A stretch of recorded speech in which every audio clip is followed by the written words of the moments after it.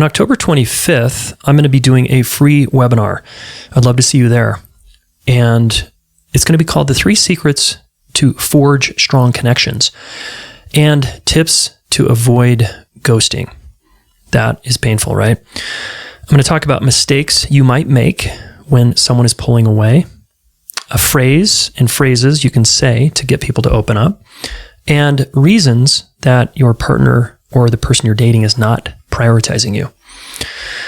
It's going to be good. Go to relationshipschool.com/connection secrets, and I'll see you there.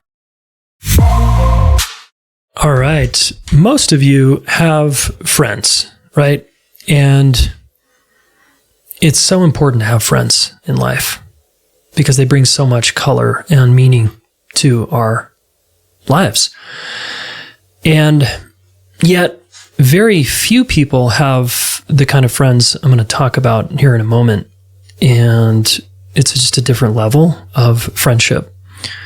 So I want to share what's possible in friendship, and partnership, of course, kind of goes along with that. There's really two. I want you to have 2 of these kind of people in your life, and I'm going to talk about those here in a second. You got to have 2. You can't have 1. You got to have 2. I'll tell you why. First, let's talk about what type of friends that are not great for you in your life.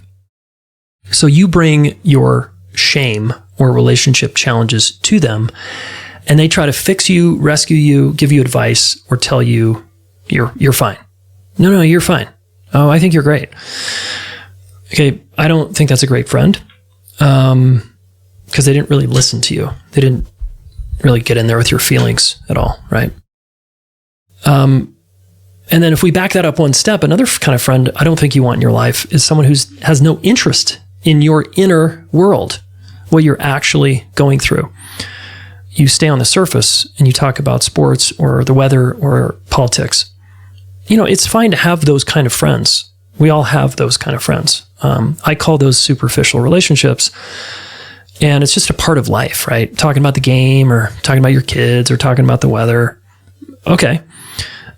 And do you really want to grow old feeling like I've got a lot of friends, but nobody actually knows me? No one knows the deep interior of me.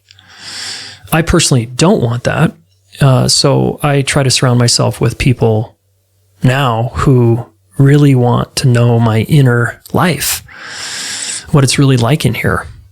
And I want that for you. So the 2 types of friends, or the type of friend that you want, and you want to have 2 of them, is this. You want to have someone in your life who challenges you and supports you to be your best, who calls bullshit on you, who calls you forward, who brings out your best, who is willing to work through conflict with you. You want someone who, when the 2 of you get into it, they stay without making you wrong, and they look in the mirror at their part of the dynamic.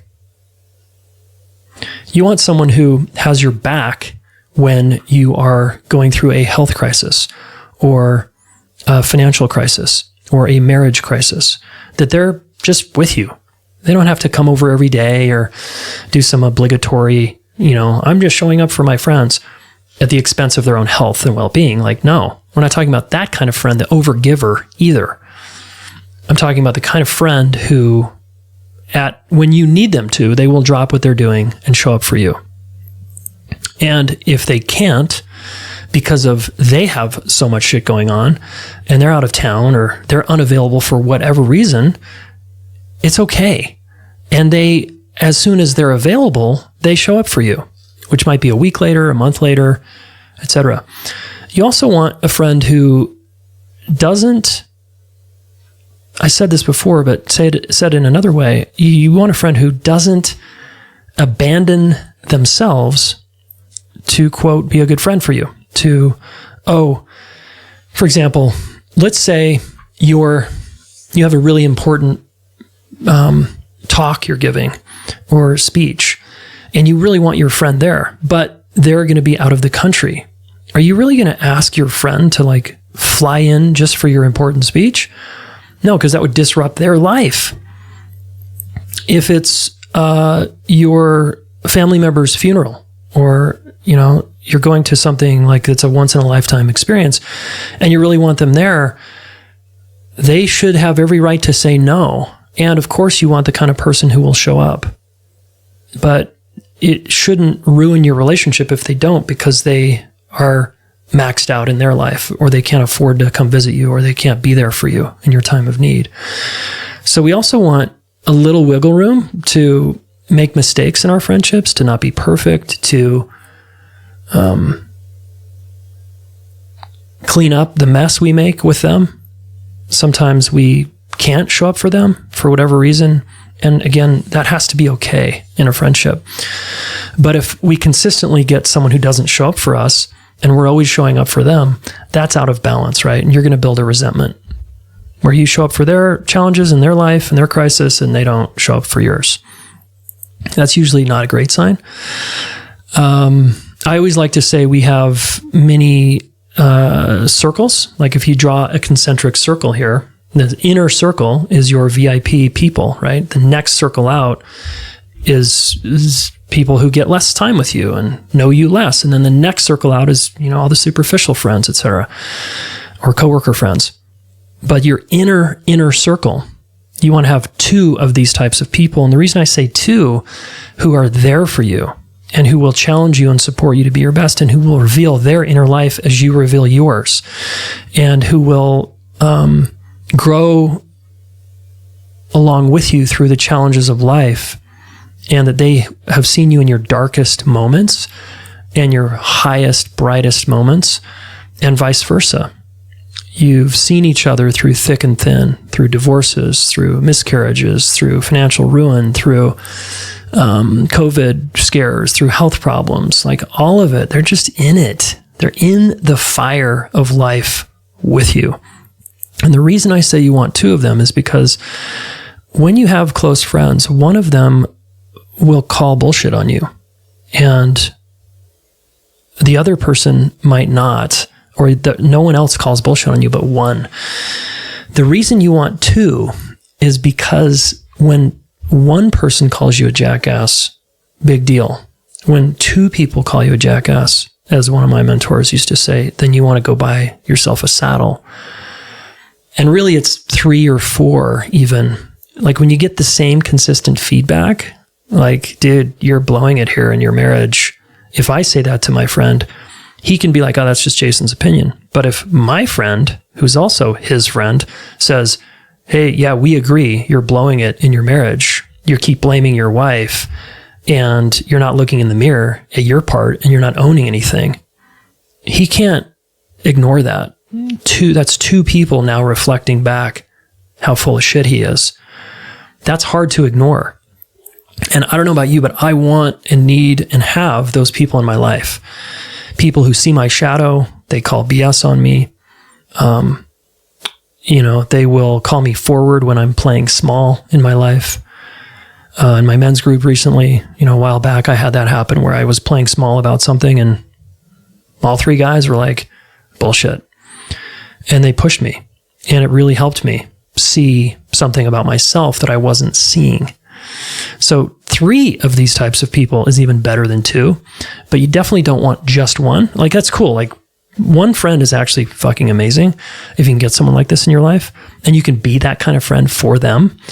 And it's even more awesome if you can have 2, and even more awesome if you can have 3. Now, the wider out you go, like 4, 5, 10, 20, it's just diminishing returns. Like, you don't have that much time to go that deep with everybody. So rather than go really wide in terms of your friend circle, perhaps think about going deep with just a couple select individuals. And now, it goes without saying, but I think you want to have a partner that is also like this. A friend, though, can bring something a partner can't. They can actually see you in your partnership. Like, my friends can see me in my marriage in a way that my wife can't see because she's in the marriage, right? So sometimes it's nice to have their outsider input. But regardless, these are the same principles that we want to have in a marriage, that just people who call us forward, who see us, who are interested in our inner life, who will repair with us when we have conflict, who will go to bat for us when we're facing a big challenge in our life. And again, we want to be that kind of friend to others. Okay, hopefully this was helpful.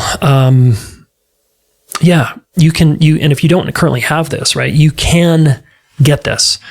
You've got to set a very strong intention that this is what I'm after. These are the kind of relationships I want in my life. And I will stop at nothing to get them. Same with a partnership. I am going to have this. I'm going to create this in my life. Yes, you can have even deeper, more meaningful relationships in your life, and you deserve those.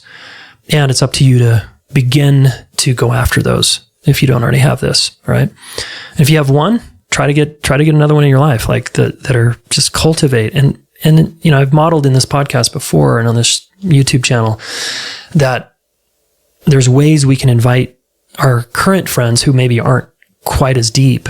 We can invite them into more depth and intimacy by saying things like, hey, I notice I really love you. I love our friendship, and I want to go deeper with you. I want to get into the muck, the darkness. I want to get into our greatest fears and our biggest hopes and dreams. I want to get even more real with you. Are you willing to step into that with me? And if they roll their eyes, that's a sign that maybe they're not going to make the cut. If they're intrigued and they're like, I don't know, that scares me. Tell me more. I'm interested. That's a really good sign. Okay. Good luck. Here's to more beautiful, deep, lasting, meaningful friendships and relationships.